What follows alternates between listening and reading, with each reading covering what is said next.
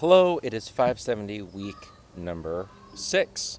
So, week 6, by the way, it is quite windy here as I'm here on my lunch break. And at some point, if you see me or my laptop or my water bottle blown away, I don't know, do something.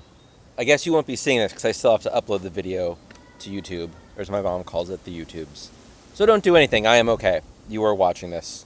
If you are watching this, I'm okay. It's a lot funnier in my head. Week 6. Week 6 does not have a big assignment to turn in. It does have a reflection in Microsoft Flip. And in Flip, your weekly reflection is going to be around part 1 of How We Think by John Dewey. An incredibly dense read. But you've got this. You've got lots of resources. In this ebook you're going to be reading, you're going to want to start with the gray boxes, little gray rectangles, to basically summarize it and put it in sort of the English that we speak. Might be the best way to describe it, because it's incredibly dense. Like this work, once you get through it, you'll be like, yes, like this will be the moment in your teaching careers where you will have actually read Dewey, and then for the rest of your life will be referencing Dewey, as educators often do, and sometimes know what they're talking about. So it's one of those where like you do it and you're like, cool, like read the Dewey, and now you can quote the Dewey in a way that hopefully is bringing in instead of pushing away. Because a lot of people, when they talk about Dewey, are just like, I don't know. It's like, really, that's what you're going to say right now. But it ties in really well with reflective practice. This entire coursework, you're going to read through the first 5 chapters, which is part 1, and then submit your reflection to Flip. And that is all you're doing for the submission. So let's talk a little bit about those first 5 chapters, and then we'll talk about what weeks 7 and 8 look like. I've been giving you kind of updates kind of as we go along. So not surprisingly, this walks you through the importance of reflective practice. The goal really in the part 1 is to get you a framework for understanding the thinking process. One part, pardon me, that I think people often overlook, but that I think is an important connection with this course, is that environment shapes the tools we use. So part of why, if we unpack this a little bit, part of why you created your own framework is that framework impacts actually how you think, which impacts how you reflect. Now, if we take an even further step back and go on a bit of a tangent before we come back, we know that in classrooms, environment shapes behavior. Our school's done a couple different studies on our own and have taken a deep dive into flexible learning spaces. And we know that the space you create shapes the behavior. This is part of why a lot of people love to hang out and work at coffee shops, because they're really thoughtful and intentional about how that environment is hoping to shape your behavior. Because if you spend time hanging out in a coffee shop, you're going to buy more stuff from the coffee shop. Make sense? And that's ultimately their goal. Like, coffee shops don't want you just to hang out because they want to be good humans. Like, they want to make more money. And so that environment aims to shape the behavior. Similarly, in classrooms, what we do and don't put into a classroom and how we organize what's in the classroom absolutely shapes student behavior. So, as an example, we used to have the multi-purpose room, the MPR at our school, and we put lunch tables in it. So, quite obviously, you'd walk in that space and be like, oh, this is where we eat food. There's a TV for rainy days. After lunch, maintenance team would pull stuff out and put round tables in, and we would have meetings, and the slides would be on the TV. So we knew where the front of the room was, and we knew whoever was standing in the front was in charge. The last 2 years, I think 2, maybe last 1, everything's kind of a blur over the last 4 years. Our middle school music teacher has been in the multi-purpose room for middle school music. So we have a TV, and that sometimes displays stuff. Opposite the TV we have a stage, it's a foot off the ground, right? But it's a stage. On either side, we have pretty big speakers, like $500 speakers that, a punk rock band could play and you could actually hear them, like legit speakers, mounted on the walls. There's a mixer on the side. There's a pole, like you'd see like at a wedding for DJs, a lighting pole. Is that what they call it? Doesn't matter. You know what I'm talking about. With some lights on it. So when we're performing, if Rock Band has rehearsal, you can flip that tree on and you get lights, right? Same space, two very different behaviors are expected as you walk in. If we were to pull all of that out and get 100-pound desks and put them in straight rows, teacher desk in the front, again, right, you're like, yes, Bill, we got it, right? That's going to be a very different behavior that's expected, and a whole set of expectations around what we will and will not do, what we'll try or not try to get away with as students. And so if we translate all of this into what Dewey's talking about with reflective practice, we know that thinking, he says this, right? Thinking is not a purely mental process. Thinking is influenced by the environment and the tools. So taking your template earlier in this course, that impacts actually how you think,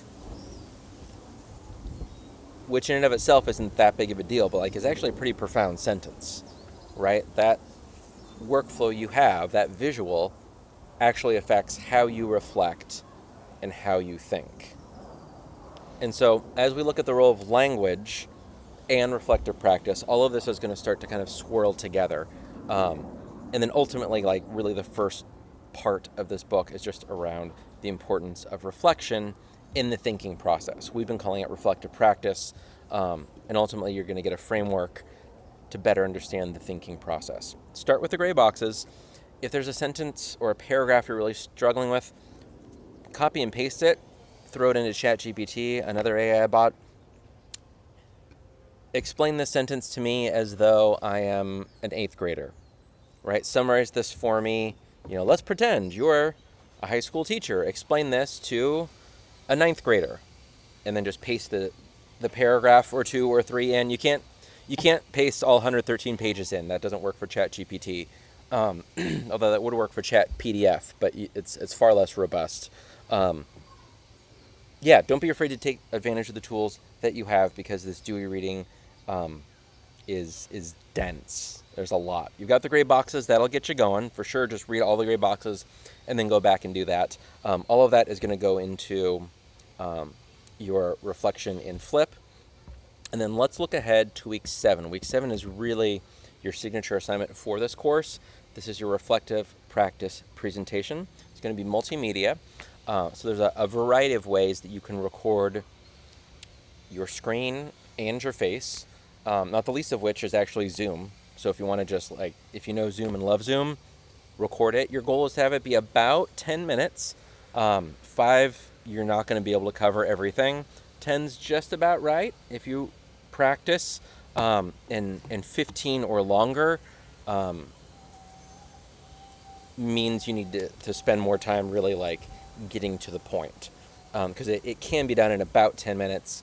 Once you get to 20, 25, previously I had a few that were 25 and was very clearly, you have not practiced this at all, because it's taking you a very long time to say something that could have been said in one sentence. So really try and make it succinct. Look at the rubric, and that's going to walk you through really what you're going to need to cover in your presentation. Inside of, pardon me, got a little tickle in my throat, and I just ran out of water, of course. The Google Doc that walks you through assignment number 4 recommends you use Screencastify. Pairing that with either Google Slides, Canva pretty quickly is becoming something I'm recommending. I've seen my own 5th grader, which is now almost a 6th grader, not a 5th grader anymore. Just have a moment. It's 6th grade is legit. Oof. Canva for slides is actually really powerful, and with the AI text to image generation in Canva, you can get some pretty interesting things. So when you start looking at that, you should definitely make some headway in your reflective practice presentation this week. If you wait until week 7 is going to be overwhelming. So start to kind of build it out this week in week 6, in addition to your part 1 of Dewey. And then week 7, you're going to really dive deep into it. And then as we look ahead, week 8, you're just going to watch each other's videos, comment on it, and it's your chance to engage in reflective practice about a presentation on reflective practice, which is perfect. Because every course I've ever been at, particularly grad courses, week 8, it's done, submit it, I'm done. Never look back again. If I got my grade, I'm good. Which is not good modeling for reflective practice at all. But so much of school for me was just checking the boxes. So this builds in and forces and gives you points for reflective practice in week 8. So lots of reading this week. Big multimedia presentation due week 7. And then reflecting on your presentation in week 8. Make sense? As you have questions, please reach out. Just a quick aside, if media literacy matters to you, I am co-chairing Namely's Media Literacy Conference. It is fully virtual mid-July. There's a student rate, which you qualify for, and if you're willing to share that out, if you're on the socials, share it out wherever, with whomever, however often you are comfortable doing that. I'm really proud of all of the work that is going into that. It's going to be really cool. And not a lot of K-12 educators are really engaged in that yet. That's really going to shift. I think a lot of what we've learned over the last kind of 6 years, certainly in the U.S., is that media literacy is really important, and it's not just fake news. There's really a robust set of skills that, as we talk about ways to make our schools more inclusive, as we think about kind of critical thinking, kind of what's the next thing, media literacy is increasingly going to be at the center of that. So, look at that, consider that, sign up for it, and share it out if you're willing to. That would be amazing. Please and thank you. It's going to be good. I'm getting really excited. All the keynotes are students and student groups, which is great. We always talk about student voices need to be at the center of things. Then you go to a conference and it's all adults, or famous adults. Thinking back, was it 2020? Leslie Odom Jr. was the keynote at ISTE, which was awesome, but you're not a teacher. I loved what he had to say, but it was also we're educators. Let's hear from educators, right? Come on. And increasingly we want to hear about students, about what their learning actually is, not just adults talking about what student learning is. So anyway, a whole bunch of different kids are the keynotes. It's going to be awesome. It's going to be really cool. I don't know of another conference that has actually done that. They always say, we need more student voice. Here's some adults. So we're saying we need more student voice, and you're getting it. Rock and roll. It is week 6. Hopefully you're having a great week 6. And happy week 6 in 570.